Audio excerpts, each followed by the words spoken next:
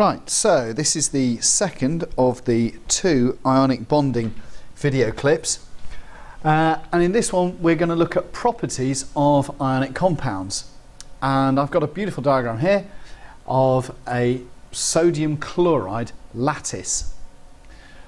And what you can see is that if we take a row, let's take for example this first row here, we've got a chloride ion which is next to a sodium ion which is next to a chloride ion. So we have negative ions next to positive ions, and on the other side we have negative ions again. So what you see is that opposite charged ions surround other ions, and it's very difficult to see it in 3 dimensions, but what you might be able to see is that if we take for example this ion here, you can see that it's actually got 6 ions around it.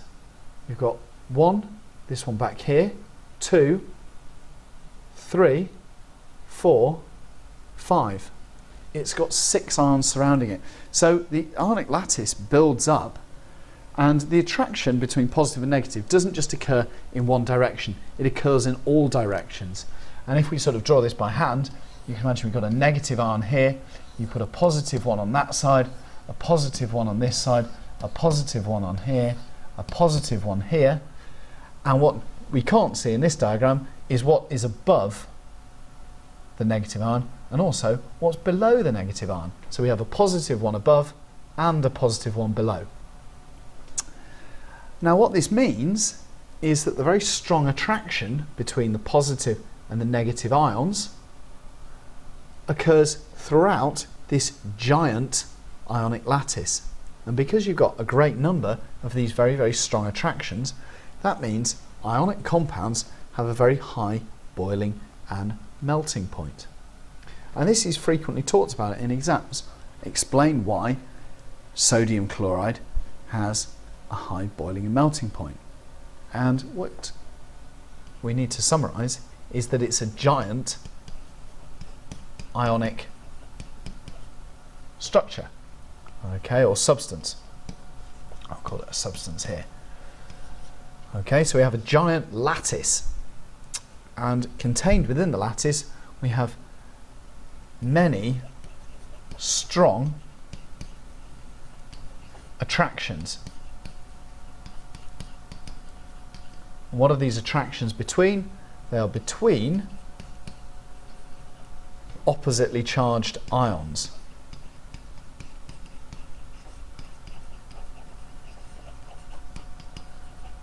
So in order to pull these ions away from each other, a great amount of energy is required.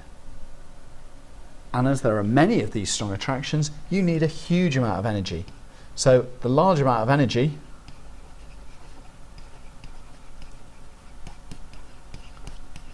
is required to do this. Therefore, you get a high boiling and melting point. Now, you should also know that ionic compounds are soluble in water. So always think back to sodium chloride, the ionic compound, which we always seem to refer to, but sodium chloride is very good common salt. It clearly dissolves in water. It dissolves in water. The sea is a saltwater solution, so we know that it's soluble in water. And the third point we need to know is that ionic compounds do conduct electricity, but they only do this when they are molten. In other words, when they're in their liquid form. We've heated them up, usually to quite a high temperature, or when we've dissolved them in water. And the reason they only conduct when in molten or in solution is that when they're in molten or in solution, the ionic lattice actually breaks up and the ions can move around. Think back to your particle diagram, which you probably did last year, and you can think of that particle diagram and you've got all those particles jostling for position.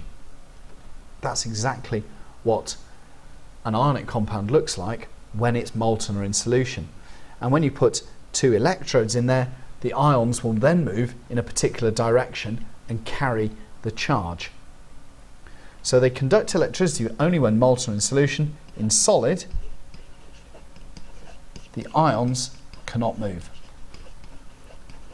And it's important we actually state that. In the solid, the ions can't move, so it doesn't conduct. So in liquid or solution, the ions can move and carry charge.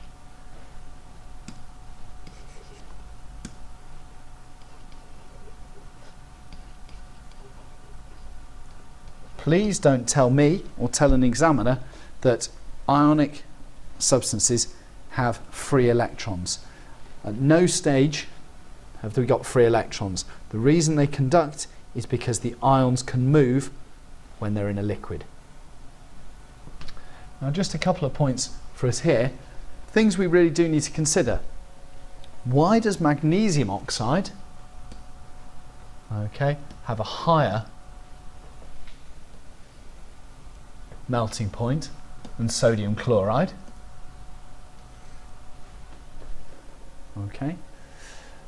Have a look at your periodic table. What group is magnesium and oxygen and sodium and chlorine in? And then think about the charges involved.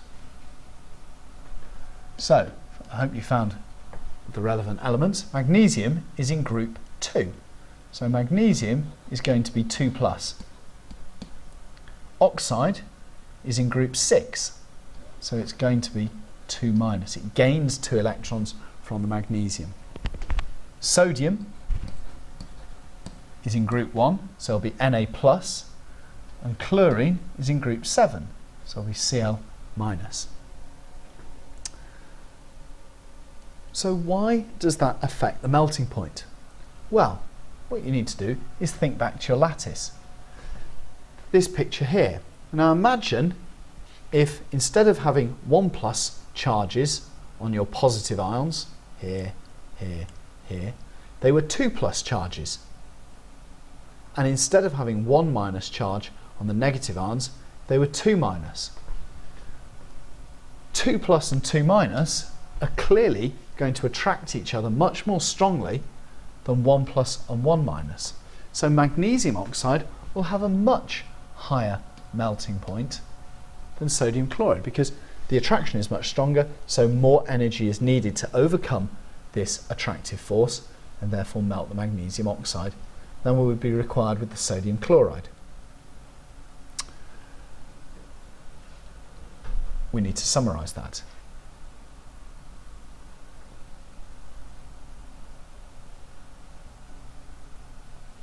The second question we can now answer is, why does solid sodium chloride not conduct until it is melted?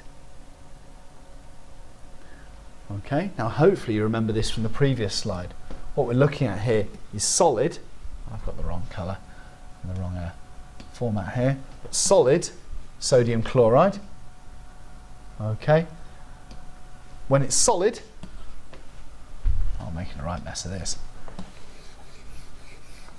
There we go. When it's just giving you time to think. When it's solid, the ions are fixed in position, so cannot move.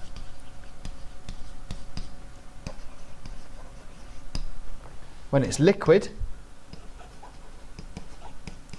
the ions can move, so conduct, and they carry the charge. And that's very frequently asked. So let's just go back to our magnesium oxide. Greater attraction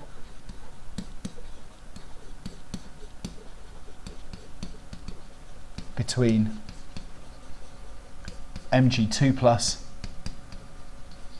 and O2- than between Na+ and Cl-. Therefore, more energy needed to overcome the attraction.